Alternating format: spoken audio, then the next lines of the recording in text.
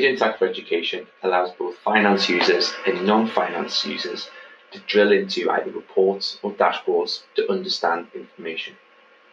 On screen, we have an example of a budget holder dashboard here, where a user can see their budget holder report with their actual spend, commitments, budget, and then remaining budget value. Anything that is on here that is highlighted in a blue hyperlink is then drillable. So for example, if we clicked on the £1,611.40, this will take us into a general ledger report where the user can see dates, department postings, and values that have already been posted. Take, for example, the bottom transaction for £470. Click on that value there. That will then allow us to drill into the original AP invoice that has been posted. We can see the supplier, where it was invoiced to, payment terms, and put postings down the bottom in terms of all the dimensional values, so tag which departments, the location, any particular funds in which items were purchased. The user can also click into attachments. So this could be a copy of an invoice or a copy of an email that has been sent through, all from one dashboard. The user can also drill into the prior workflow. So this invoice, for example, could have come through from a purchase invoice, which may have been fed through from a purchase requisition or a purchase order. So the user from one dashboard can drill through all the way back to the original transaction. And for this example here, we've got our purchase invoice.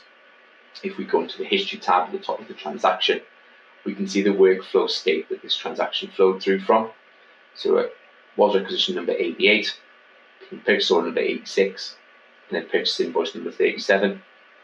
If I click into the requisition to go all the way back to the first stage of the workflow, again, I can see original information that was keyed in to make sure that the requisition matches the order and the invoice.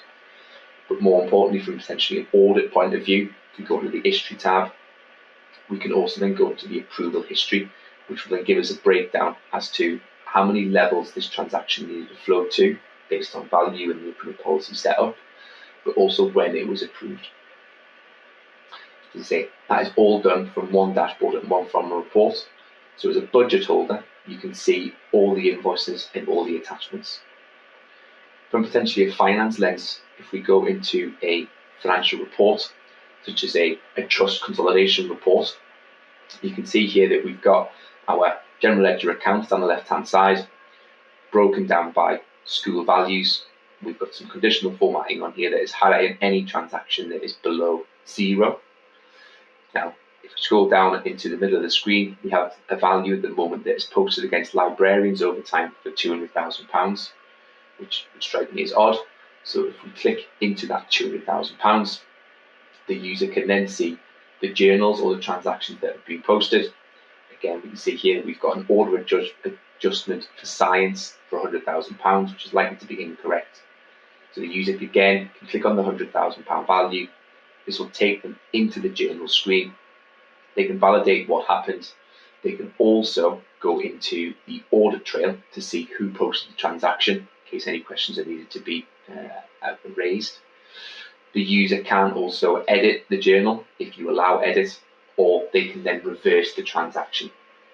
So again, from analysing management account or report information within Sage Interact, you can then drill into transactional level detail and make corrections as you need to, rather than using the third-party systems that other finance systems on the market currently allow you or need you to do.